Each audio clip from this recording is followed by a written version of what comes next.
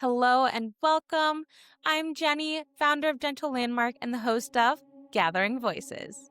This season, we're exploring cultivation, what it means to intentionally grow our relationships, our work, and the communities we surround ourselves with.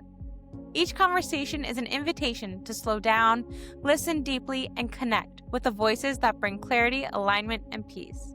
Thank you for being here and for cultivating space for meaningful connection. In this episode, we sit down with Kay, a curly hair specialist transforming the Lehigh Valley curl community through education, empowerment, and self-love.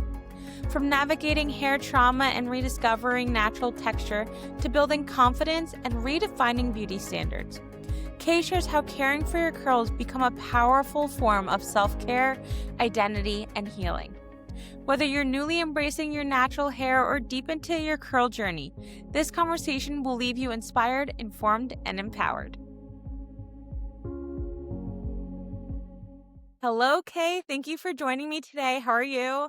I'm good. Hi. Thanks for having me. Yeah, of course. A little introduction. I know Kay because she is my curly hair stylist and she is just doing amazing things for Lehigh Valley for us curly girls. So I won't take too much, but I'll let you go ahead and introduce yourself. No, please lay it on thick, please. I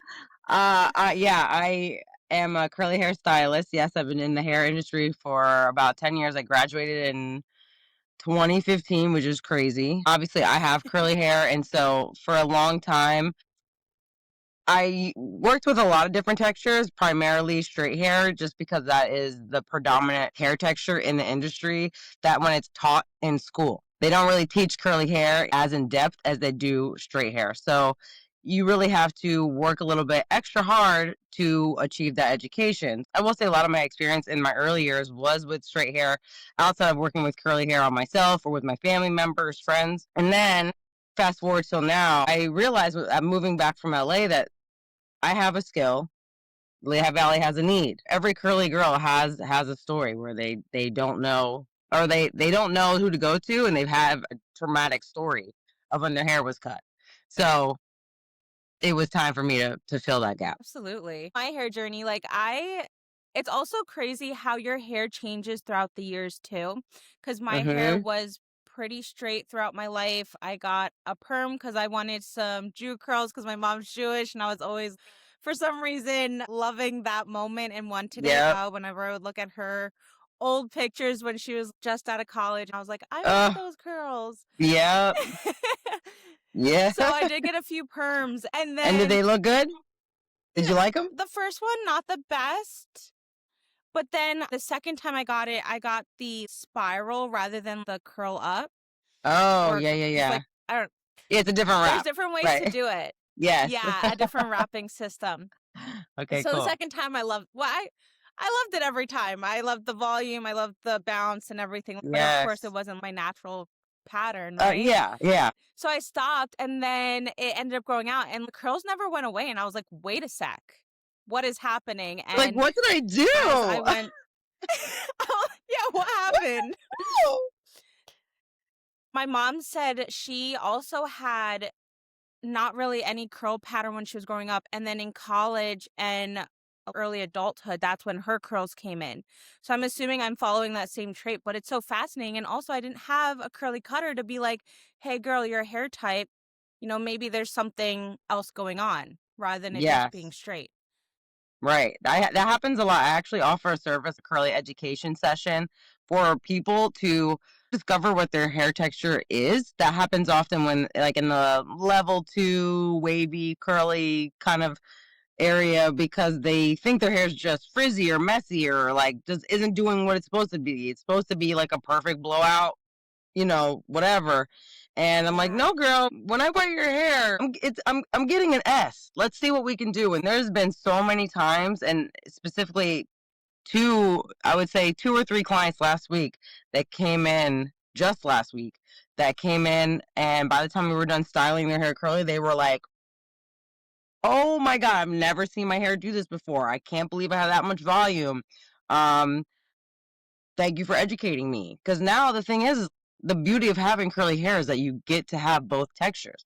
I'm not against straightening your hair. I'm against straightening your hair because you don't know what to do with your natural hair. You hate the way you look naturally. Any negative feeling towards what you are gifted with naturally, then you straighten your hair for that. Like, no. I want you to love your hair, understand your hair, and then be like, I feel like switching it up. Now my hair's straight. That's a completely different experience. So, I mean, it's really like levels two, 3, and 4 across the board. Not everybody knows how to manage their hair. So that's where, it's up to me to bring that education to you, provide a luxury, reliable service too, and a safe space for you to come in and ask questions and feel you can be vulnerable, ask the dumb questions, check what products are right, get a cut that enhances your curls. And that's not to say that every stylist doesn't know how to cut hair. There's a million amazing stylists in the world. But when you're cutting curly hair, there is a technical aspect, but there's a design aspect as well. Things need to look right visually more than they need to line up perfectly. And so I think that also gets in the way of a haircut working out for a curly hair girl, because the stylist might be thinking, oh, well, let me check these strands, which we often do. But this curl pattern on this side of the head is a little bit different than this one. And then by the time it dries, you end up a little bit wonky. So I feel really good about where I'm taking the curly girls right now. Yeah. And I've seen you've been doing a lot of educational courses for other hairstylists. How did you get into doing that? Was it you prompting, I need to do this? Was it other hairstylists coming to you? Just because you did share that the industry predominantly does train on straight hair. Well, what does that encompass and who is asking for those needs? Well, I'll be transparent. I have only taught one class, and that class was to the salon that I work at. And that felt so good, though. It opened up a big, wide door in my mind, instead of just like, okay, noticing the need, but oh, wait, I can fill the need.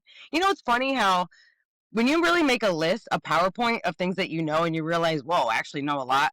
Like, I thought I was just like getting lucky or like muscle memory or something, like, no, like there's structure to this. And you know it. And sometimes you just kind of doubt yourself until you list it and realize how long the list is. So now that I've done that, I'm like, oh, okay, so what are we going to do with that? So more education classes are going to be coming up. I'm in the process of the early days, brainstorming, gathering ideas, what I could do, where I could take it, how do I want to present it. But I have had other stylists reach out and ask maybe to shadow me for a day. So I'm thinking about offering that as well. It's the early days, but before the end of the summer, there will be something to be shown for that. So I'm really excited to spread that education. And the thing about educating too, it's not like I'm coming up with anybody who's educating. No one's coming up with something really brand new. You're Yeah. spreading the word, really, of it. So and in your own personal way. The thing about it is that the fact that there's not more education in beauty school, starting from the jump, in that realm, there should be more education. And that's on state level too. I mean, I forget how many states just enforce more curly knowledge in their program, but it's not all 50. It's not. And Pennsylvania's not one of them. So I'm thinking in the future, are we doing anything about that? Like, what can we do? Because Pennsylvania needs to get on Yeah. board. I don't know. A I'm going to see hundred what I can do percent. about that too. Yeah. I'm a crusade for So curl. All right. and inclusivity and representation is so important. I see you're passionate about it, and I think one reason that passion comes so strongly is because for we as women, our hair is so important to us. It kind of makes who we are. And it's so important for our internal dialogue and our self-love and self-care. And you being able to foster this love for each of us through our hair is so beautiful Thank that, you. so I'm many happy. of us struggle with. Yeah, so many of us struggle with because we can't find someone who does know how to cut our hair and make us feel beautiful. Yes. Yes. And empower you in the process. Yeah.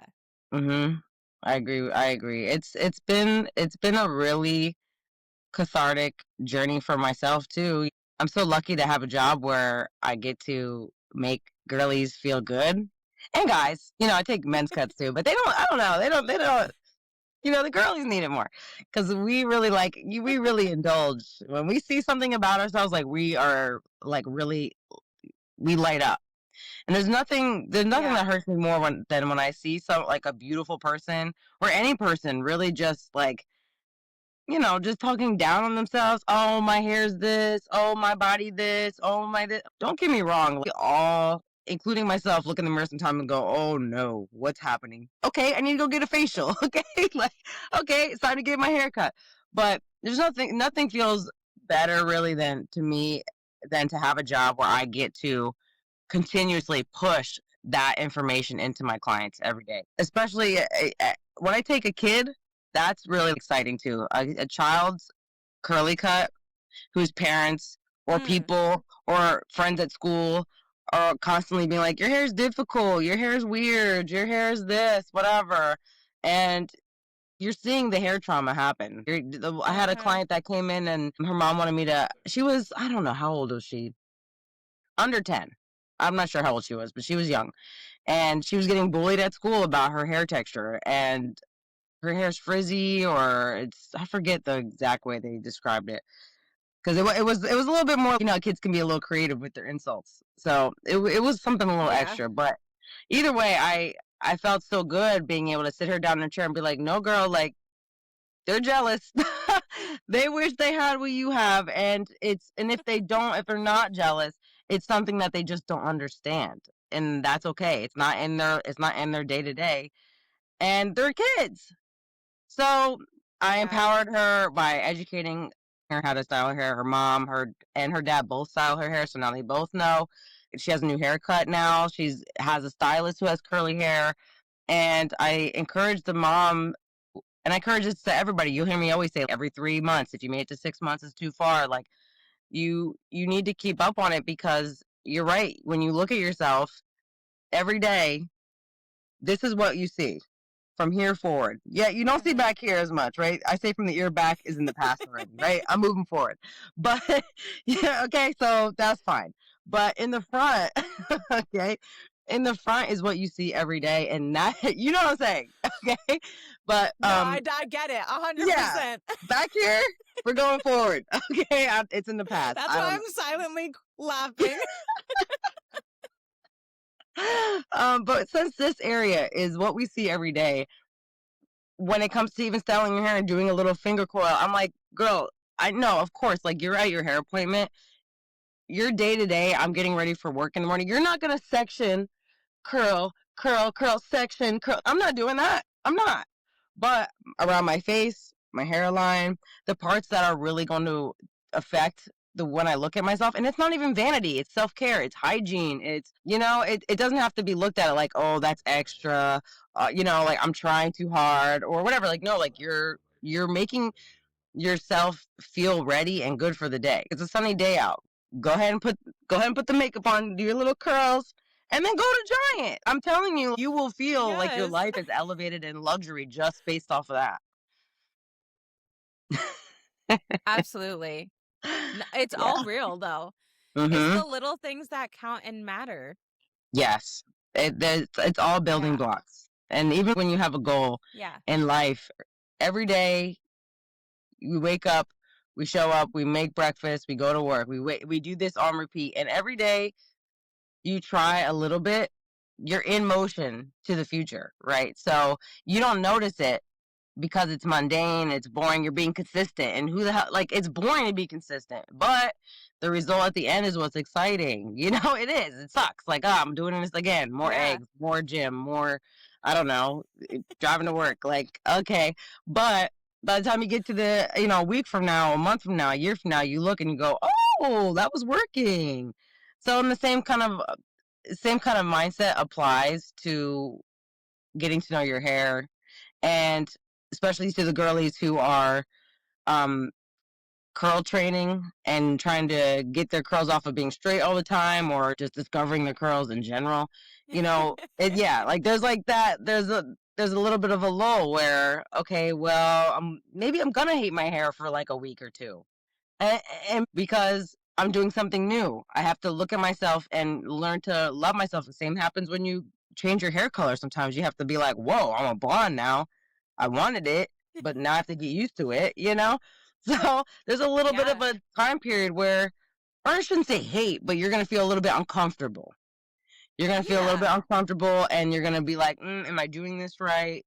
Am I styling it right? Whatever. But there's not one perfect formula for everybody's head, and even for your head, per season, per day, for what you did last Yeah. night, what you're going to do today, how you slept on it, yada, yada. So when you're doing curly hair, you have curly hair, it's more like you have a toolkit of techniques, of intentional products. I say intentional products because although you might see a higher ticket than you would see at, I don't know, Walmart or something. If you go and spend $10, $10, $10, $10 on 4 products that you hate, you wasted $40. Versus having a stylist that you can trust, any stylist that you can trust, who's offering you a product that they know and can predict the results. We're trying it in the salon. Now we see it, and that one product might cost 40, but that one product that costs 40 just saved you time, energy. It's, in a way, it's an asset. In a way, Yeah. because now your hair's good, right? And now your routine's faster, and now you get to work happier, and now you're selling to more clients, or that date worked out because your hair was popping, you felt good, or like, But right? even just So, the small even just the small load of like being able to wake up, you know what works, you can just do it stress free and be able to mm-hmm, move on with your day. Yeah. and move on. Yep. Get our hair Yeah. done and move on. And then it also looks good. And now we can fit Yeah. our breakfast in. Okay? We can fit our little walk in. Okay. Whatever it is. I don't know what you have to do, but you'll fit it in. Yeah. Different Yeah. ways of elevating your life and your mindset and your overall happiness. For sure. At least to me. Because when my hair looks like crap, I'm like, oh no. Oh no. This Yeah. is not good. No, when my hair is going, my glow is happening, my clothes are fitting the way I want or looking the way I want, it's so much easier to have a positive day and Yeah. want to also give that to others. Right. Yes. So It's contagious. Bad energy is it contagious, and is. so is good energy. So, which one are you going to put out? Which one are you going to receive? Right. hmm Yeah. How do you want to show up in the world? Make life easier for you so you can make other people's life easier for them. Exactly. Exactly. We're all in it together. We all want to just have a good day. We all want the slow Just person to have get a out of our good way while we're day. driving. Yeah. That we're all here for the same thing. Yes. Yes. You see me. You said you moved from LA. What was that transition? Is that where you started your hair journey? And then what differences do you see from LA to the Lehigh Valley? That is not where I started my hair journey. I started here, and in order to have your license in California, you need to have an active license in Pennsylvania for 3 years without having to Mm. go back to school. Otherwise, when you move there, you have to go to school, yada, yada, yada.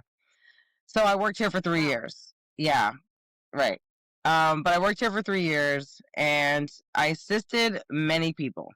Any opportunity I let my hair get cut off, I let my hair get dyed, I let whatever just to get into the room. I'm like, I will literally, I don't know. I would, I was holding foils, sweeping, constantly doing whatever I can do to be in the room. Like, I'll get coffee, I'll stand, I'll hold a light like this if that means I could be in the room. I don't care, I'll do it. So I spent 3 years here. I worked at the woman who I work for now, actually at Soigné, where Hannah Kramer. She was my mentor then, and that's who I worked under when I came back, they had this salon now, so it's been great. But I spent 3 years, like I said, here, and then while I was here for those 3 years, I met Stacy Ho, who was working at Mesh Salon in LA, and Well, I met her in beauty school technically, but I would assist with her when she would come in New York, and she was just always a big light in my life too. She, you know, she got me there, and she taught me so much stuff. I don't even know if she realizes how much she taught me, but that's what brought me to LA. And then working in LA was really awesome, but I moved there in 2019. COVID came shortly after. So I had maybe October, November, December, January, February, March, 6 months of not COVID activity. So that was great in being in the salon. Pretty much like all my dreams were coming true in a way, because it's a salon I've always wanted to work at. It's a celebrity salon. It's highly regarded. Like, it was a big deal. But then COVID happened, and also I wanted to do a million things too. LA is a very shiny things at all times. And if you have ADHD, you're like, ooh, ooh, ooh, I want to do this. I want to do this. So, it was also like, girl, just focus on the goal. What are you doing? But I was blessed to be in the room that I was in, and blessed to be surrounded by the people that I was. So my blowouts right now are top tier because of being there. My haircuts are elevated because of being there. My customer service, the way I dress, the way I carry myself, the way I interact with others, even good and bad lessons that I've learned there. So, like, phenomenal. So then COVID happened. We started doing house calls, and then I ended up working for myself for a while because I enjoyed being at the beach without having to ask. So I was like, actually, I'm gonna just work for myself. I was there for almost 5 years, and then I got pregnant with my daughter, and I was like, oh, I want to stay in LA, but who's watching this kid? Hello. So we came back. I don't know, whatever. So we came back, and since I've been back, it's been a big deal too, because it's kind of all. It's I can see the cycle, like I can see it returning to home base, and now I'm under the wing that I was in originally. That was like my first boost, power boost to LA, power boost in LA, and now I'm in my third boost. And now I think this one is so prominent. I can feel it sticking. I feel myself being more consistent than ever. I feel myself showing up more better for myself, for my team, for my family, for the community. So, what were the other questions that you had in there? Did I cover them? I don't know. I think you covered them all. You get it. You get it. This all sounds lovely. Sounds good. I'm very excited for you and your journey here. Okay, good. Great. I have a question for you. Okay. For those on here who are questioning, what is my hair type? How do I figure this out? What would be your tips to navigate what their hair type is, or who to go to, what products to use? Like, what is your tip that they can do maybe at home, like research or anything prior to scheduling a appointment with anyone? Because the hardest part is also finding a hairstylist that's right for you, especially when you don't necessarily know what is going on up here. Right. Okay. So finding the right place to go with it. Okay. So obviously social media is a big deal. If someone doesn't have a social media, it's a little bit like, okay, like, because you learn to trust somebody from that point. You start trusting me when you're seeing my content regularly. You start to trust me when you see the kind of content that looks like you, or could look like you, or whatever. To me, if I'm going to be a client and I'm looking for someone, I'm definitely going straight to Instagram or TikTok. And I'm seeing what kind of content they're posting, because stylists should be posting content based around the kind of clientele that they want to welcome into their chair. Every once in a while, I'll do a platinum blonde or something. Say, for example. I don't post a lot of platinum blonde, and that's because that's not my big selling point. I post dimensional color and curly cuts, because those are my highlights. So when I'm looking for someone, I would be looking for someone who can match my goal with my hair. Now, how do you discover your own hair type? There's a lot of education online. Honestly, you have to just deep dive and wet your hair, scrunch it, see what it is, see what's happening. And if you don't know, that's okay to not know. I had to spend all this time and all this money to know, so I would book the curly education session with me. That's what I would do. So you could do that. Okay. Yeah. Let me know when you're ready. I have that available. Yes. No, I think that's a fabulous service that you have because, like you said, it's hard to know unless you have someone who's telling you and who's Yeah. knowledgeable in the curly hair texture world. Because there's also how many textures are there? There's 4 levels of curls. And then A, B, and C. Oh, 4 levels. Well, because one is straight. I should say 4 levels of hair texture. 1 is straight, 2 is Okay. wavy, 3 is curly, 4 is coily. And then you have there's like I mean straight is straight pretty much. So it's like 1A. I don't know, you get straighter than straight. I don't know. And then ABC, ABC, you know what I mean? ABC through the rest Yeah. of them. So 4C being the tightest Okay. curl, 1A being straight, and everybody in between. So how many is that? You do the Got math. it. Yeah. Yeah. hmm Was that 4 times 3? That's 12. Oh, yeah. Not a math girly here, but Me neither. I can measure your color though. That's easy, but you know.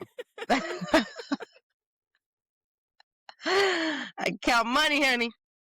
I count money. That I can do. That I can do.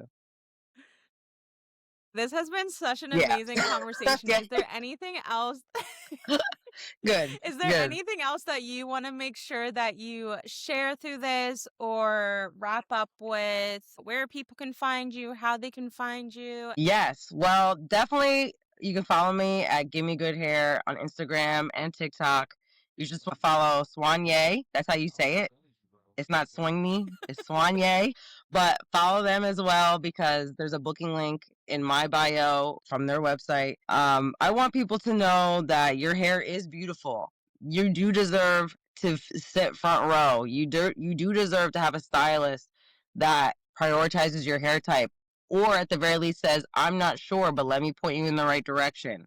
That's also very great and a green flag of a good stylist, not just taking your money and then not providing the result. There's many times where I say, I'm not sure about that, but I'm going to find out.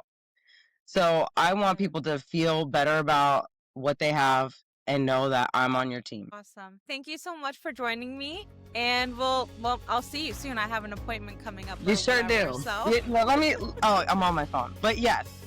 Yeah, you sure do. Can't wait till, because I that think I got haircut. like a month or 2. Yeah, you do. But everyone, just while you're watching this podcast, just make sure you take a look at her hair and see how cute it is. Okay? Right. There you go. Yeah. I love that. Thank you so much and have a good rest of your day, okay? Oh, thank you so much. Bye. Thanks for joining us on this episode of Gathering Voices. If this episode resonated with you, stay in touch with Gentle Landmark for future gatherings and conversations rooted in intention and community. Stay connected, stay inspired, and let's continue to celebrate the voices that shape our world. Until next time, take care and share your story.